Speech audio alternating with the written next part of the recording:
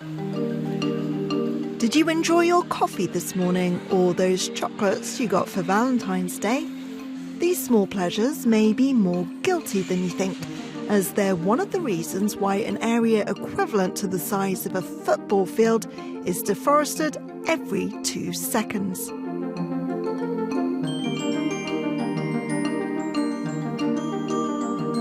Cocoa, coffee and soy are some of the products that cause 90% of the world's deforestation, and the European Union is one of the main culprits. The EU is essentially the second largest importer of deforestation in the world, second only to China, which has a much larger population. To address this and fight climate change and biodiversity loss, the European Commission has a new regulation that aims to restrict products linked to deforestation. And the science tells us that protecting the world's remaining forests is one of the easiest, cheapest and most efficient ways to do that. And so that's what this new EU law is really all about, the EU taking responsibility for its impacts on forests all around the world. But will it make a real difference? And does it threaten trade? Let's take a look at what's in the law and what the biggest concerns are. The EU's established a list of products that are highly associated with deforestation. That's cocoa, coffee, rubber, palm oil, soy, beef and wood. Importers and exporters trading with the EU will have to prove these goods are not from newly deforested areas or cause forest degradation. If they don't, they could face significant fines, see their products or revenues confiscated, and in the most serious cases, have their products banned from the EU market. Ça va consister principalement à mettre en place une traçabilité, donc à enregistrer des producteurs, à faire des cartographies, à enregistrer des points GPS. Big firms have until December 2024 to apply the new rules, and small and medium-sized companies have until June 2025. The rules will also apply to derived products like leather, cosmetics and chocolate. In the future, new products could join the list, and the law could also be extended to other areas such as grasslands. EU member states will carry out the checks. The impact which this law could have will really come down to how EU countries enforce it, implement it, which will really then determine how seriously the private sector takes it. The extent of the investigation and the obligations companies will face will depend on how producing countries rank into deforestation risk categories. If products come from a low-risk area, checks will be simpler. But if they're from a high-risk area, checks will be more strict. But this ambitious law doesn't come without concerns. Some countries worry the regulation's impact will be disproportionate. And ministers from nations like Indonesia and Malaysia, the biggest palm oil producers, have expressed concerns.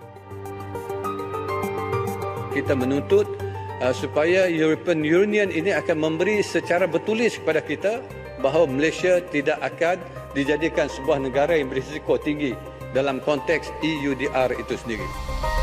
Others are concerned that the rules will just move deforestation to less regulated areas, and that it won't stop countries from selling products linked to deforestation to other parts of the world. For Michael Rice, it's still an open question, but he thinks it wouldn't make sense. For industry to seriously consider duplicating their existing supply chains simply to avoid embedding sustainability practices in their operations doesn't make sense from a commercial perspective.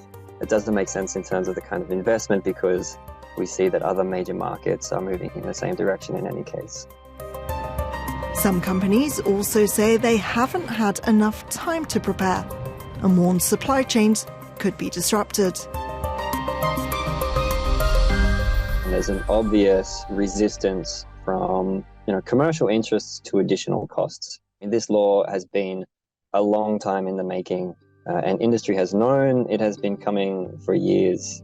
And if there are product shortages or market disruptions, it's more likely to be because companies have sat on their hands for too long and failed to prepare. Businesses like Etikable, who are already working with sustainable producers, welcome the law, but say there are still some open questions. C'est un travail qui suppose l'intervention de personnes spécialisées, d'informaticiens, de techniciens qui vont aller sur le terrain faire les opérations de relevé. Qui va payer? Est-ce que ça va être la filière? Est-ce que ça va être les importateurs? Évidemment, la crainte, c'est que finalement, ça retombe à la charge des producteurs. This could add to the other challenges small producers are already facing due to COVID-19, climate change, and the global financial crisis. Comment peut-on demander à une filière aujourd'hui de producteurs en situation de pauvreté de faire face à ce défi si on ne garantit pas un prix qui permet aux producteurs de vivre dignement de leur travail? Despite worries, these rules could be a milestone step, not only toward creating more sustainable products, but also more opportunities for small farmers and businesses, as consumers are more aware of the environmental impact of the products they buy. These industries are dominated by a handful of incredibly big, powerful multinationals, and if they take sustainability seriously and are really serious about achieving deforestation-free supply chains, then this new EU law could be a real game changer. It could really spark an important and necessary change in our global agriculture and food systems. The EU's deforestation regulation will be reviewed in June 2028, after 5 years of entering into force. The evaluation will look at its effectiveness and impact on smallholders and local communities. With the new rules, the EU hopes to reduce its carbon footprint by 31.9 million metric tonnes per year and have a positive impact on 71.92 thousand hectares of forest per year, more than the island of La Palma in the Canary Islands.